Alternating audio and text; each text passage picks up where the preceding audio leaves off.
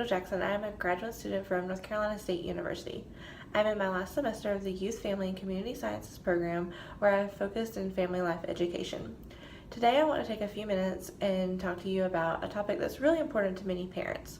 The one, the only, discipline. So, one great source that I would recommend to parents would be a book by Dr. Dan Siegel and Dr. Tina Payne Bryson, and it's entitled No Drama Discipline, The Whole Brain Way to Calm the Chaos and Nurture Your Child's Developing Mind. My copy is actually here on my iPad in a Kindle version, and then also there's obviously a book version as well. So this book has Dr. Siegel and Dr. Bryson talking about the link between a child's neurological development and how parents react to misbehavior. The book really offers parents an effective way of dealing with tantrums, tears, and more without causing a scene by using a technique called connect and redirect. Connect and redirect uses the idea that as your child misbehaves, you as a parent or caregiver will first create that connection with them, and then you're going to provide them with a redirection for their feelings. In this video, I am actually going to explain that first step of connection, and then I hope to find you in a second video to talk about redirection. So with that in mind, let's go to some of the basics.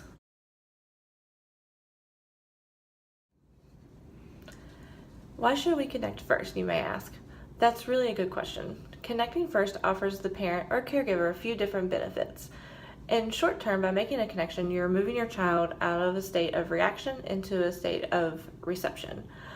In the long term, connection simply helps to build the child's brain. Now, Dr. Siegel and Dr. Bryson do a much better job of explaining this, and I'm not even going to attempt because I will not do it justice. In addition, though, an added benefit to connection is that it helps to deepen the relationship between parent and caregiver or caregiver and the child. Now, connection has 3 principles. So 1, 2, 3. The first one is to turn down the shark music. So while you're being with your child and letting them kind of have their tantrum, you need to let it go. Let go of all the background noise caused by the past experiences and your future fears. So really, you need to think less Jaws and more Elsa from Frozen. The second principle is to chase the why.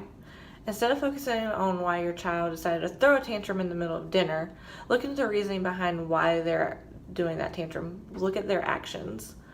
And then lastly, and possibly the most important principle, is to think about the how. When I say that, I mean to specifically think about how you are saying things. Your tone, your body language, and your facial expressions, they're just as important as what you're actually saying to your child. So, the next thing that I'm going to talk about is the connection cycle. This is a 4-step cycle that conveys what you should do to connect with your child.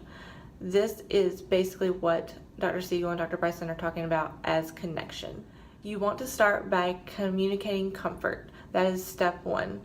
To do this, it's important to get below their eye level, to give a loving touch or a nod or an empathetic look, and by doing these simple things, you can quickly diffuse a heated situation. Next, you want to validate your child.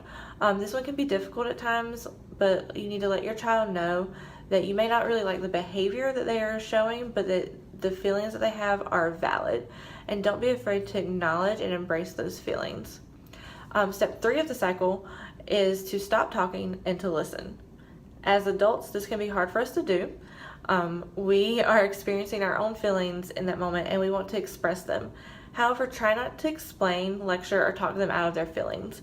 In the moment, simply listen. While you're listening, look for meaning and the emotions that are behind their actions and what they are trying to communicate to you. And then the last step is to really reflect what you hear.